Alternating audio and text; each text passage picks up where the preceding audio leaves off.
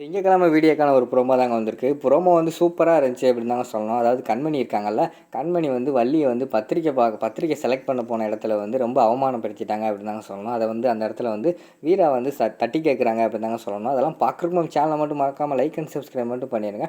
First எடுத்தோன்னே ராமச்சந்திரன் சொல்கிறாரு, டேய் பத்திரிக்கையெல்லாம் நேரமாக கல்யாணத்துக்கு வந்து நாளாயிடுச்சுல, சீக்கிரமாக பத்திரிக்கை அடித்தா தான் எல்லாத்துக்குமே கொடுக்கணும். அதனால் வந்து எல்லாருமே போய் பத்திரிக்கை செலக்ட் பண்ணி நல்ல ஒரு பத்திரிக்கையை பார்த்து எல்லாருமே வந்து பத்திரிக்கை அடிக்க கொடுத்துட்டு வந்துருங்க அப்படிங்கிற மாதிரி சொல்கிறாங்க. சரிப்பா அப்படின்னு சொல்லிட்டு நம்ம மாறன் தான் எல்லாத்தையுமே கூப்பிட்டு போகிறாங்க. யார் யார் போயிருக்காங்கன்னு பார்த்தா நம்ம மாறனும் இங்கிட்டிருந்து வள்ளி போயிருக்காங்க. அங்கிட்டிருந்து வந்து அவங்களோட ஃபேமிலி எல்லாருமே வந்திருக்காங்க.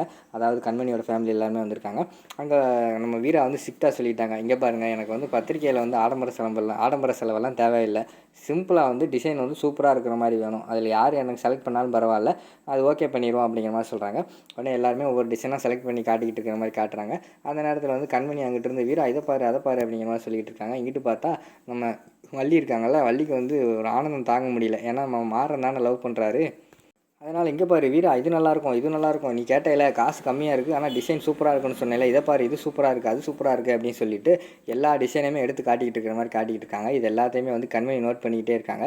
என்ன இவங்க ஓவராக பண்ணிக்கிட்டு இருக்காங்க, இதெல்லாம் சரியில்லை, இவங்களை அவமானப்படுத்தணும்னு சொல்லிட்டு உடனே பரவாயில்ல சித்தி, நீங்கள் வந்து கல்யாணம் ஆகலைனாலும் நீங்கள் வந்து இதுக்கு நல்லா செலக்ட் பண்ணுறீங்களே பத்திரிக்கை அப்படின்னு சொல்லிட்டு குத்தி காட்டி பேசிடுறாங்க. அதை கேட்ட உடனேயும் நம்ம வள்ளிக்கு வந்து ரொம்ப மனசு சரியில்லாமல் போயிடுது. அந்த இடத்துல வந்து ரொம்ப கண்கலங்கிட்டே வந்து அந்த இடத்துலேருந்து விறுவிறுன்னு போயிடுறாங்க. வீரா வந்து எவ்வளோ சொல்கிறாங்க, இருங்க அப்படிங்கிற மாதிரி சொல்கிறாங்க.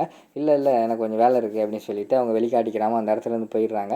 அதுக்கடுத்து வந்து வீராவுக்கு தெரிஞ்சு போயிடுது, கண்மணி தான் இவங்களை வந்து இப்படி பேசுனனால அந்த இடத்த விட்டு போயிட்டாங்க அப்படின்னு சொல்லிட்டு, கண்மணி அவங்ககிட்ட தனியாக பேசணும், நீ முதல்ல வா அப்படிங்கிற மாதிரி சொல்கிறாங்க.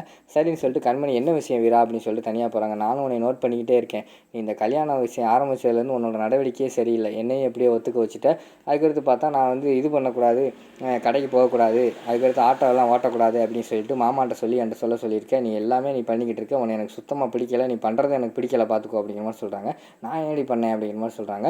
இன்றைக்கி அவங்க எவ்வளோ ஆசையாக வந்து எனக்கு வந்து பத்திரிக்கை இது வைப்போம் அது வைப்போம்னு செலக்ட் பண்ணிக்கிட்டு இருக்காங்க, நீ அவங்கள போய் இப்படி பேசிக்கிட்டு இருக்கே, அவமானப்படுத்திக்கிட்டு எந்த இடத்துல அப்படிங்கிற மாதிரி சொல்கிறாங்க. இதில் என்ன இருக்குது, நான் உண்மையை தானே சொன்னேன் அப்படிங்கிற மாதிரி கண்மணி சொல்கிறாங்க. இங்கே பாரு, உனக்கு அவன் மேலே என்ன கோவம், எதுவாக இருந்தாலும் டேரெக்டாக பேசிட வேண்டியது, அதுக்காண்டி ஏன் அவங்கள வந்து கல்யாணம் ஆகலைன்னு சொல்லி குத்தி காட்டிக்கிட்டு இருக்க, அவங்க யார், சின்ன வயசுலேயே வந்து அவங்க கல்யாணம் ஆகாமல் 3 குழந்தைகளை வந்து அவங்க குழந்தை மாதிரி எடுத்து பார்த்து வளர்த்துக்கிட்டு இருக்காங்க, அவங்கள போய் நீ இப்படி சொல்லலாமா? அது மட்டும் இல்லாமல் மாமாவோட ஃபேமிலியில் வந்து அவங்க அம்மா வந்து சீக்கிரமாகவே இறந்துட்டாங்க. அதனால் அவங்க அந்த 3 குழந்தையுமே அவங்க பார்த்துக்கிறனால அவங்க எல்லாத்துக்குமே ஒரு தாய் தான். அதனால் வந்து அவங்கள நீ இப்படியெல்லாம் பேசியிருக்கக்கூடாது, எனக்கு சுத்தமாக பிடிக்கல, உன்னோட நடவடிக்கையே பிடிக்கல, அவ்வளோதான், நான் சொல்லிட்டேன் பார்த்துக்கோ அப்படிங்கிற மாதிரி சொல்லிக்கிட்டு இருக்கிற மாதிரி வஞ்சிக்கிட்டு இருக்கிற மாதிரி காட்டிக்கிட்டு இருக்காங்க. அதோட பார்த்தீங்கன்னா இந்த ப்ரோமோ வந்து முடிச்சிடுறாங்க.